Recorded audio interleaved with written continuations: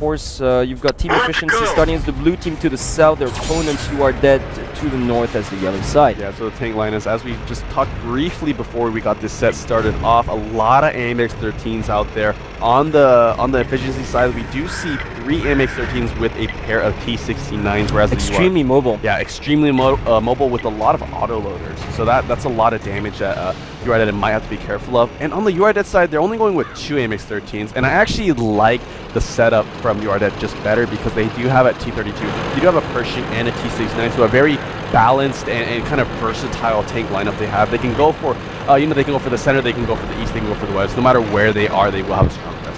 Yes, indeed, and definitely the T32 just adding like an extra argument in terms of frontline tanks, sort of like just taking damage. And if they can create this situation where basically it's just going to be a frontal opposition, then the advantage definitely has to go to UAD in terms of firepower. Yeah, definitely so. And they are actually just going to secure this central position in this field area.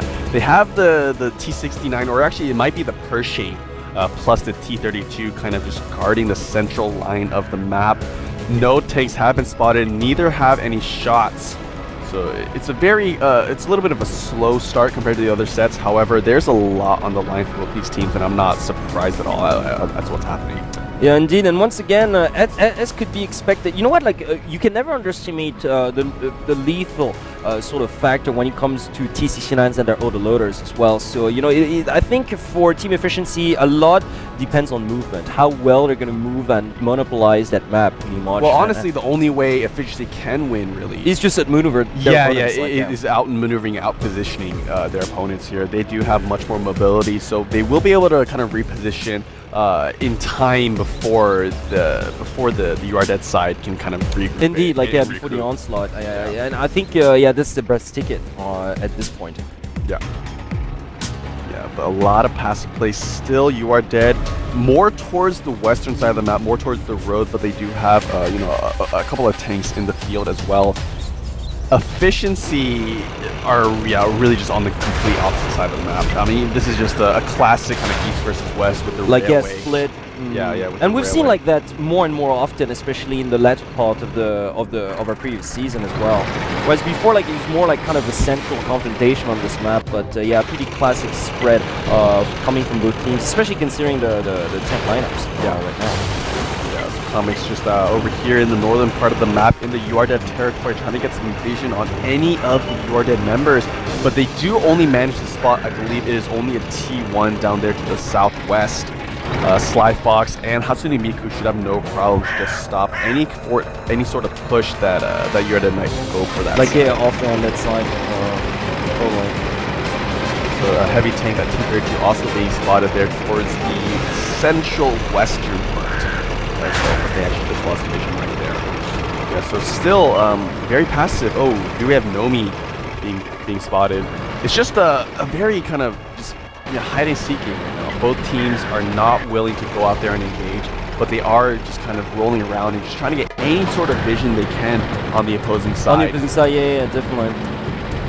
But at the same time, it's just they gotta. When it comes to efficiency, they gotta keep moving around. I mean, it's one thing they cannot afford to do is to stay put at this point. Yeah, well, they definitely are doing at least what they should be doing is just trying to move around and find any openings that they can find. Well, they definitely have to watch out as well towards the western front of UAD. Look at that; it's just like they're all the way down to the south, so they don't want to give UAD too much room to breathe either. Yeah, on the western front. Yeah, and the thing is, the second Efficiency tries to cross this railway, they're gonna run into so many of the URDED tanks. So, I mean, which are very well positioned as well. Yeah, it's the same thing for URDED as well. Neither team can really cross the railway area without taking like so much damage. Yeah, without exposing themselves. And the T1 manages to get taken out, so URDED losing their first T1 there. So the slight advantage going in favor for Efficiency. Yeah, some blind shots actually being fired by Legacy Gen over here. I mean, this is such a stalemate situation that, I mean, really all you can at least afford to do, or at least just to pass the time, I guess, is just try and land those. Well, exactly, because you're just like guessing at the other at your opponent's like position, and usually more often than not, like you see an opening whenever the first team makes a mistake. Yeah.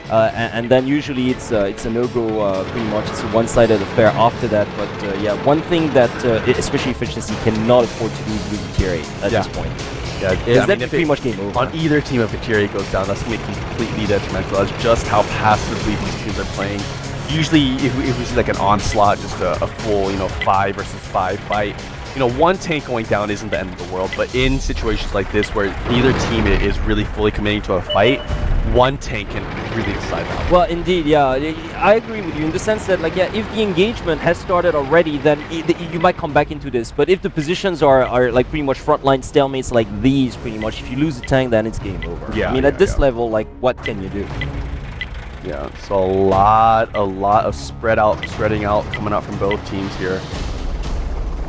Efficiency want to make something happen. You can just look by the, you can see by their positioning that they have a couple of tanks at the northern part of the railway, and they also have a couple of tanks towards the center They're having a part. look at the U80 base, aren't they? Yeah, and they have 3 different angles actually along this railway that they can unleash onto the UR Dead if they get any vision on. But the thing is, they're so far away from each other. I know, yeah. And they're kind of hoping that UAD is going to show up. But look at this, Comics and Tanaka crossing the railway to try and get some damage onto Nomi here.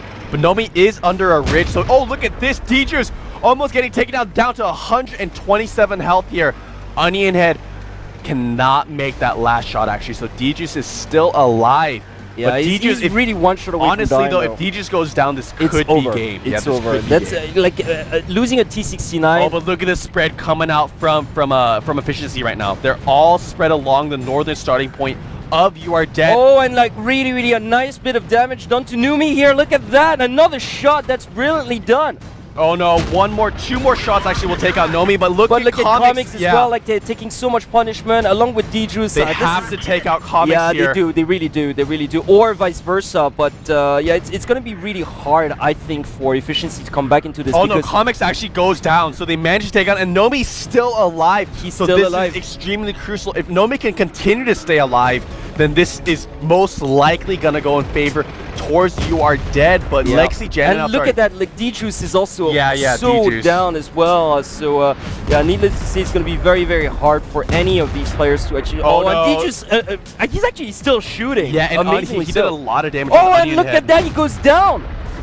That Pershing goes down. Nomi went down. Yeah, Nomi.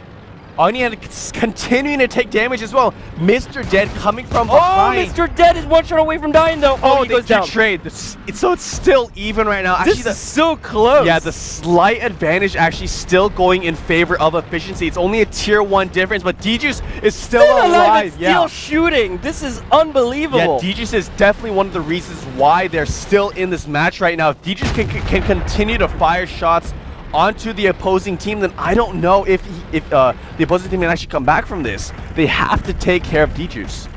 But I mean, a lot of their members are really down though. I mean, Sly Fox is really down as well. Oh, Mini-chan actually trying to come here to finish Tanaka. Yeah, he's gonna go 1v1. Yeah. And Tanaka's gonna go down. Yeah, one hit. Yeah. Tanaka's gonna go down. Yeah, so actually this looks like a UR. Yeah, it's gonna be a UR victory. Yep, and there we go, the last tier 8, only a T1 remaining, so it looks like You Are Dead will close this out and be our second team to progress to the semifinals. It wasn't a walk in the park for them. It definitely was not. I mean, this particular set could have gone either way. It was really, I think, officially moved out a slight bit too early. Had they just waited a little bit more, send out the T1 actually first, just so they can get some vision onto the other You Are Dead members, it would have been much differently.